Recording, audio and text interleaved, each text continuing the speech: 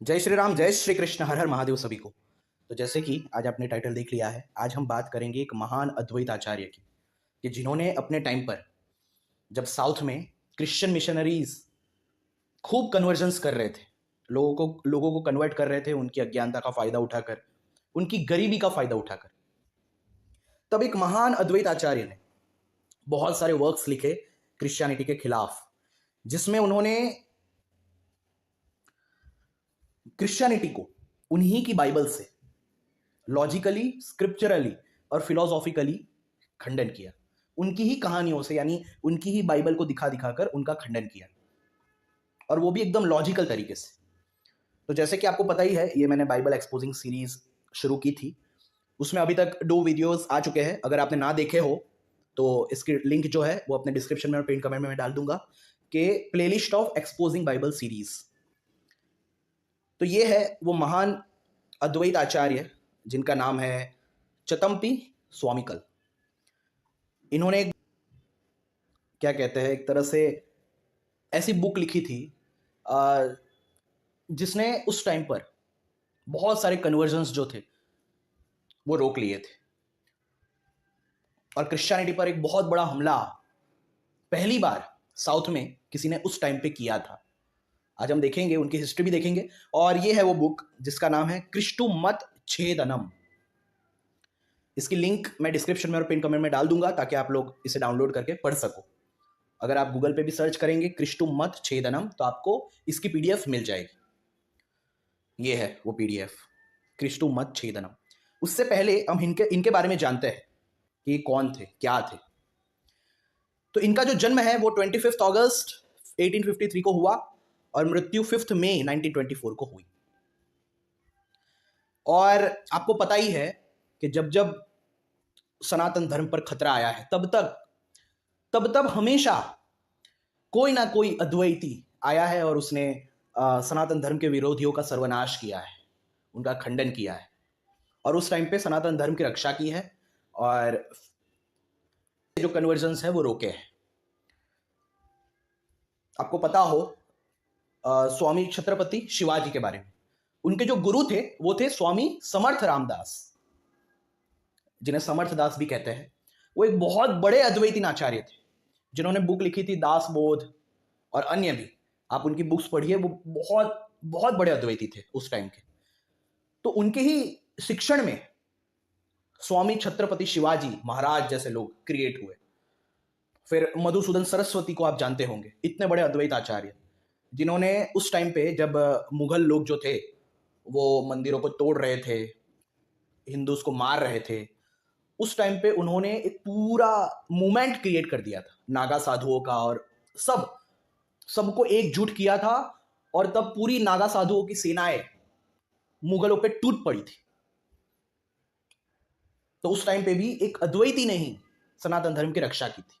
तो इतिहास गवाह है कि जब जब सनातन धर्म के विधर्मियों ने, विद्रोहियों ने सनातन धर्म पे हमला किया है, तब हमेशा कोई ना कोई अद्वैतीन मास्टर या अद्वैतीन मास्टर्स के जो शिष्य है, जो उस टाइम पे क्षत्रिय थे, उन्होंने इन अधर्मियों का विनाश किया है, और उस टाइम पे सनातन धर्म की रक्षा की है। तो वैसे ही 19th सेंचुरी में भी जब साउथ में ढेरों कन्वर्जन्स हो रहे थे क्रिश्चियन मिशनरीज के द्वारा, तो इन्होंने ढेरों बुक्स लिखी, चतम्पी स्वामीकल जी ने, और उस टाइम पे कन्वर्जन्स रोके। आज भी इनकी बुक्स जो है वो बहुत वैल्यूएबल है, क्योंकि आज भी इनकी बुक्स का कोई तोड़ नहीं है। जो इन्होंने क्रिश्चियनिटी का खंडन किया है, मैं आपको दिखाऊंगा, आप भी जब पढ़ेंगे तो हैरान रह जाएंगे। तो ये देखिए, फिलोसॉफी अद्वैत वेदांत, और इन्होंने अद्वैत वेदांत पे भी ढेरों बुक्स लिखी है। नारायण गुरु और इन सब के साथ भी ये मूवमेंट में भाग ले चुके हैं। तो डायरेक्टली हम आते हैं इनके मेजर वर्क्स पे। बहुत सारी किताबें इन्होंने लिखी अद्वैत वेदांत को समझाते हुए भी, और उस टाइम पे इक्वालिटी पर भी बहुत सारी बुक्स लिखी इन्होंने। अद्वैत चिंत पद्धति, वेदांत संग्रहम, वेदांत सारम, वेदाधिकार निरूपणम, कृष्टु मत सारम, कृष्टु मत निरूपणम। आप देख सकते हैं ये सारी बुक्स। आज हम देखेंगे, ये देखिए उस टाइम पे जो ऐसे बेसलेस कस्टम्स थे, उनके भी विरोध में इन्होंने बुक्स लिखी थी कि भाई Vedadhikara Nirupanam, it refuted the baseless customs and rules that existed in Kerala. For the first time in the regions history the work questioned the monopolisation of Vedas. Works on Vedanta, Vedant पे भी इन्होंने बहुत कुछ लिखा है, अद्वैत वेदांत को समझाया है इन्होंने अच्छे से. देखिए आज का हमारा जो ये टॉपिक है वो works on Christianity. Kristu Mata Nirupanam contains 2 books, the Kristu Mata Saram यानी meaning cream of Christianity, and Kristu Mata Nirupanam. The Kristu Mata Saram is his summary of what Christianity is in accordance with the classical Indian Purva Paksha tradition. In Krishtu Mat Chedanam, he criticizes various tenets of Christianity which goes against the teachings of Christ, relying on the Bible itself. He disproves the arguments supporting conversion presented by the missionaries. यानी Bible से ही Bible का खंडन किया इन्होंने, Bible के ही versus उठाकर फिर उसमें लॉजिकली, स्क्रिप्चरली और फिलोसॉफिकली बताया कि कैसे बाइबल के ही वर्सेस जो है वो एक दूसरे का खंडन कर रहे हैं और बेसलेस है, इनमें कोई सेंस नहीं है इन वर्सेस में. बहुत अच्छी बुक लिखी है, मैं आपको बताऊंगा, आपको भी पता चलेगा. वीमेन्स की राइट्स पे भी इन्होंने बहुत कार्य किए. ये देखिए एक सोशल रिफॉर्मर भी थे बहुत बड़े उस टाइम पे. ये रही वो बुक क्रिस्टु मत छेदनम, जहां पे एक तरफ कुछ ऑर्गेनाइजेशंस जो है वो सनातन धर्म को ही क्रिश्चियनिटी और इस्लाम जैसा रूप देने की कोशिश कर रही है. कोशिश किया, उन्होंने कर ही दिया है अपने गलत ट्रांसलेशंस करके. एक तरफ वही ऐसे ऑर्गेनाइजेशंस है जो बोलती है कि भाई Gita is the sequel of Bible, जहां पे जीसस क्राइस्ट ने छोड़ा उसी को कृष्णा ने कंप्लीट किया, और इस तरह से लोगों को क्रिश्चियनिटी में कन्वर्ट कर रही है एक तरह से. ऐसे भी कुछ ऑर्गेनाइजेशंस है यहाँ पर. तो एक तरफ कुछ सच्चे सनातनी भी है जो वास्तविकता में सनातन धर्म की रक्षा के लिए विधर्मियों का खंडन करते हैं, उनका विनाश करते हैं. तो हमेशा इतिहास गवाह रहा है कि हमेशा ही जो अद्वैतींस हुए हैं उन्होंने विधर्मियों का खंडन किया है, उन्हें भगाया है. और फिर से आज हम एक महान अद्वैती को याद करते हैं जिन्होंने उस टाइम पे विधर्मियों का खंडन किया जब कोई हिंदू हिम्मत भी नहीं करता था. आप देखिए ये प्रीफेस पढ़िए तो आपको पता चलेगा.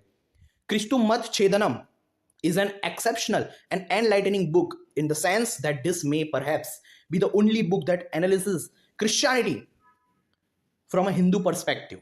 This is also the first critique of Christianity in Malayalam.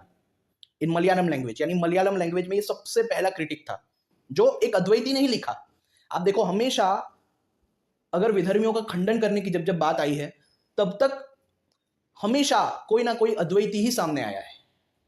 वैसे तो अद्वैतींस लोग हमेशा शांत रहते हैं, अपने साधना में ही रहते हैं, लेकिन जब विधर्मियों के विनाश की बात हो, सनातन धर्म की रक्षा की बात हो, तो नागा साधु भी आ जाते हैं.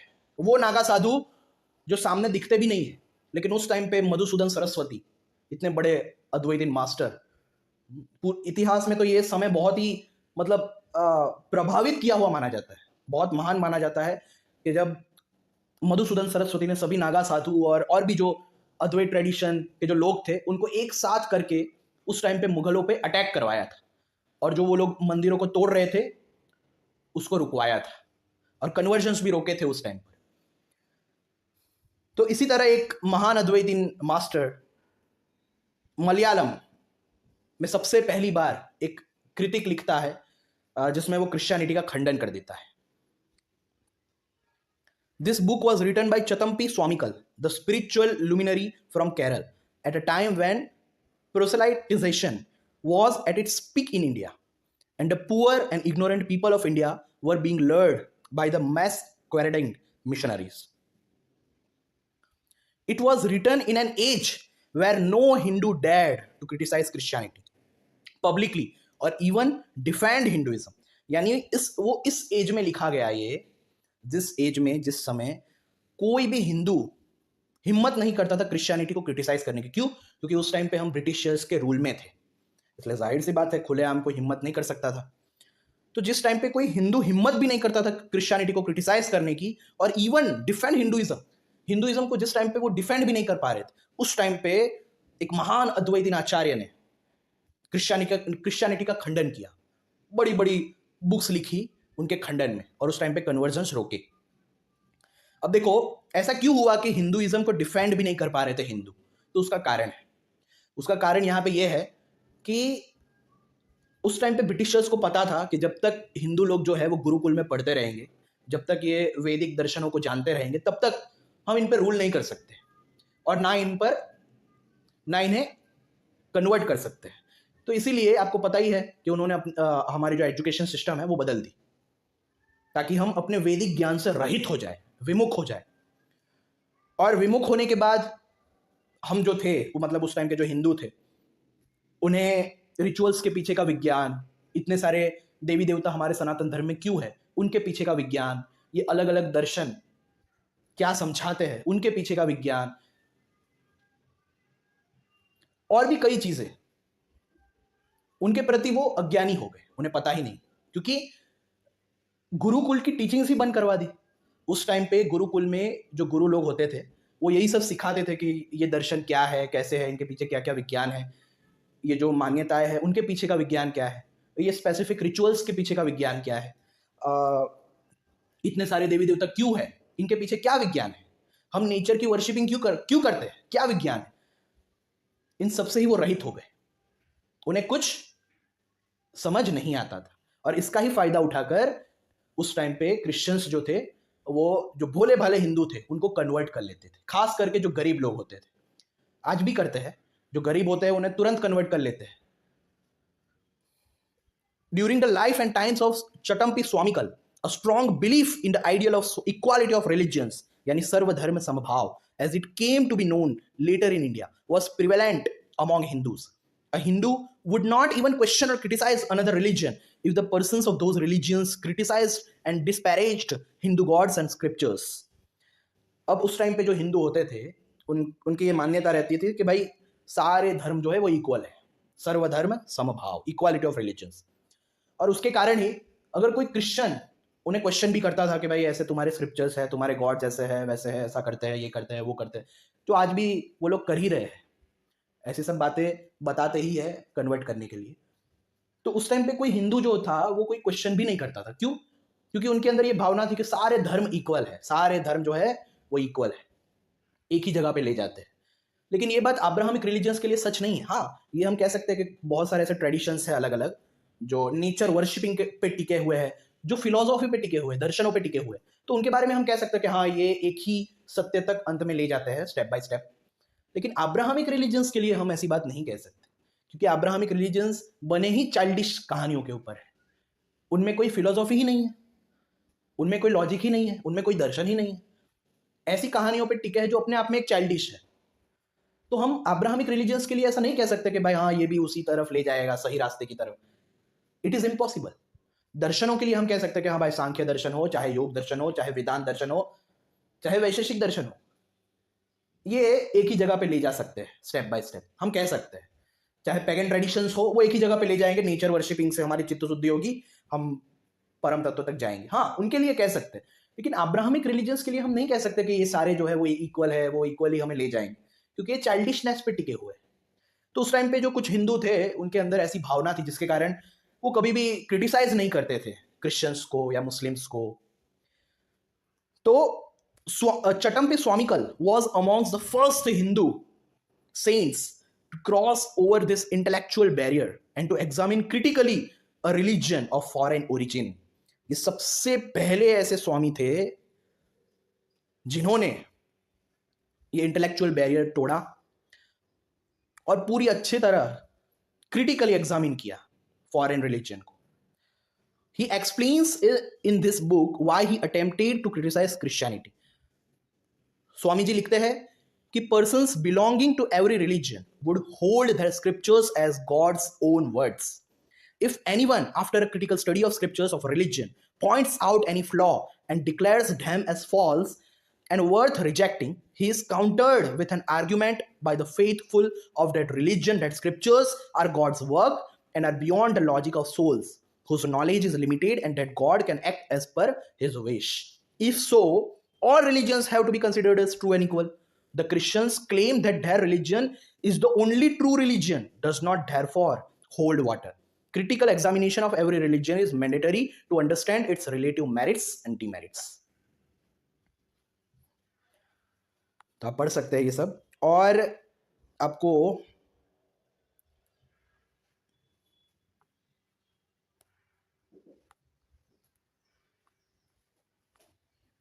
इन्होंने हर एक टॉपिक पर बाइबल का खंडन किया है, हर एक टॉपिक पर। बाइबल में जितने भी जो चैप्टर्स है, जो टॉपिक्स है, उन सबका ही खंडन किया है। जैसे पार्ट 1 देखिए, Pati Prakaranam, the lord, purpose of creation, O Christian preachers, Jehovah created this world comprising of sentient and insentient beings. Logic is that every effect has a cause. So this world being an effect must have a cause and therefore a purpose behind it, because no one will do an action without a motive. देखो देखो, एकदम logic से, philosophy से, logic से, scripture से, Bible के ही versus से Bible का खंडन किया है इन्होंने। एक्चुअली अगर कोई चाहे तो पूरी प्लेलिस्ट बना सकता है इनके हर एक टॉपिक को कवर करते हुए, इनके हर एक चैप्टर को कवर करते हुए, और वो पूरा बाइबल का खंडन होगा, पूरा A to Z। ऐसे ऐसे लॉजिक इन्होंने दिए हैं। आप सोचो ना, उस टाइम पे जब इतना कन्वर्जन हो रहा था, इनके वर्क्स के कारण ही कन्वर्जन्स जो थे वो बहुत कम हुए, बहुत कम हो गए। तो सोचो ऐसा क्या किया होगा उन्होंने। ये देखिए, और हर एक टॉपिक पे इन्होंने खंडन किया है। जैसे ये मटेरियल कॉज, कि भाई ये तुम्हारे अनुसार ये क्रिएशन का मटेरियल कॉज क्या है, बाइबल क्या कहती है, और कैसे बाइबल में खंडन है, मतलब बाइबल ही बाइबल का खंडन कर रही है, और बिल्कुल इलॉजिकल बातें हैं।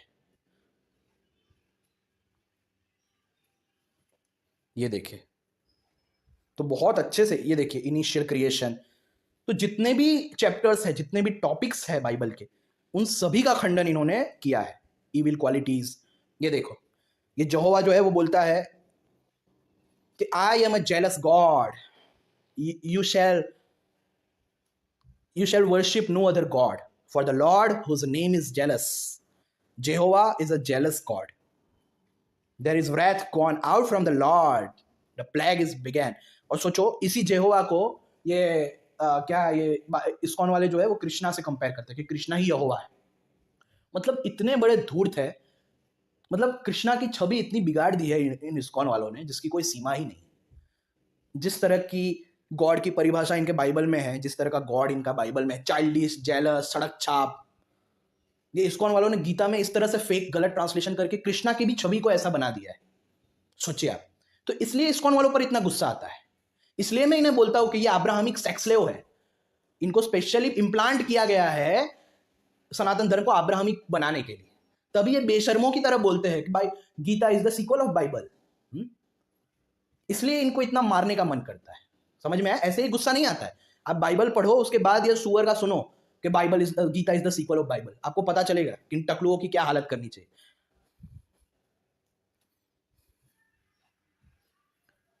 तो हर एक चीज का देखो, इमेज ऑफ गॉड, ये देखो हर एक टॉपिक पे, मतलब क्या बोलूं, लाइफ ऑफ क्राइस्ट। तो अगर कोई चाहे क्या, अगर कोई कोशिश कर सकता हो तो कोशिश करनी चाहिए कि एक चैनल बनाए, या कम से कम अगर चैनल हो तो एक पूरी प्लेलिस्ट बना दे जिसमें इनके जो भी तर्क है बस वो रख दे। इनके हर एक क्या कहते हैं चैप्टर को कवर करते हुए एक एक वीडियो बना दे, तो वो अच्छा रहेगा। क्योंकि वो सबसे भारी खंडन होगा क्रिश्चियनिटी का, सबसे भारी खंडन, जिसका आंसर नहीं है। एक्चुअली इस बुक से उस टाइम पे बहुत सारे क्रिश्चियन मिशनरीज जो थे वो डर गए थे। उनके पास कोई आंसर ही नहीं था, कोई रेफ्यूटेशन ही नहीं था। क्योंकि जिस तरह से यहाँ पे रिफ्यूट किया गया है ना, इसका कोई तोड़ नहीं है।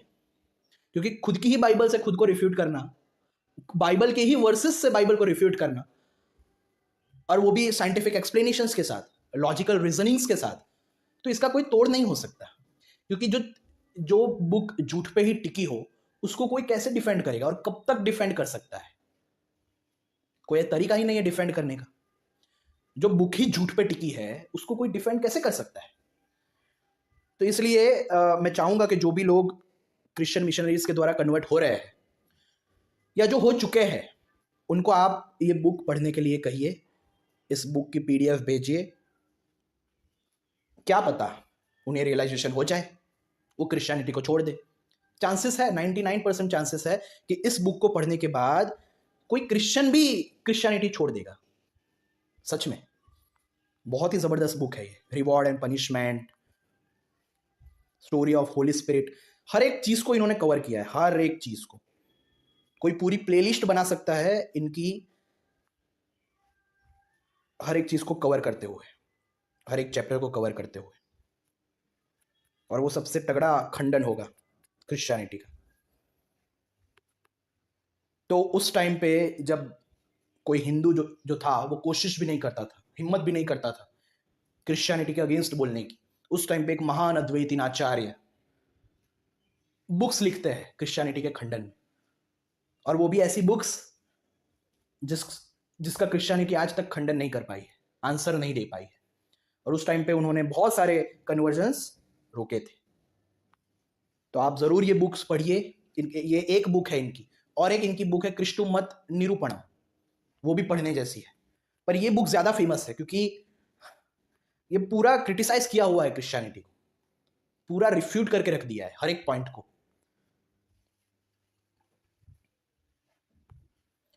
तो बस आज के वीडियो में इतना ही। इसकी जो लिंक है वो मैं अपने डिस्क्रिप्शन में और पिन कमेंट में डाल दूंगा कि क्रिस्टु मत छेदनम, PDF ऑफ क्रिस्टु मत छेदनम, इस नाम से। तो बस आपको क्लिक करना होगा और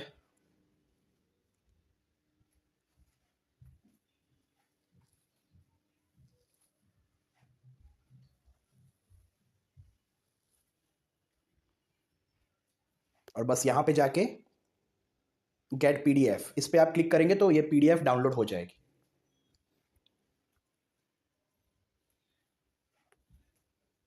तो बस आज के लिए इतना ही। मैं तो चाहूंगा कि कोई पूरी प्लेलिस्ट बना दे इनके वर्क्स पे, अगर हो सके तो। इनके जो तर्क है उसके ऊपर पूरी की पूरी प्लेलिस्ट अगर कोई बना दे तो बहुत अच्छा रहेगा।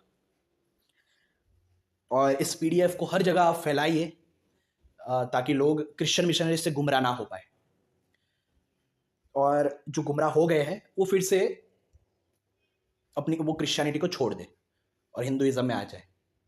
तो बस इतना ही मुझे कहना है आज के वीडियो में। जय श्री राम, जय श्री कृष्ण, हर हर महादेव।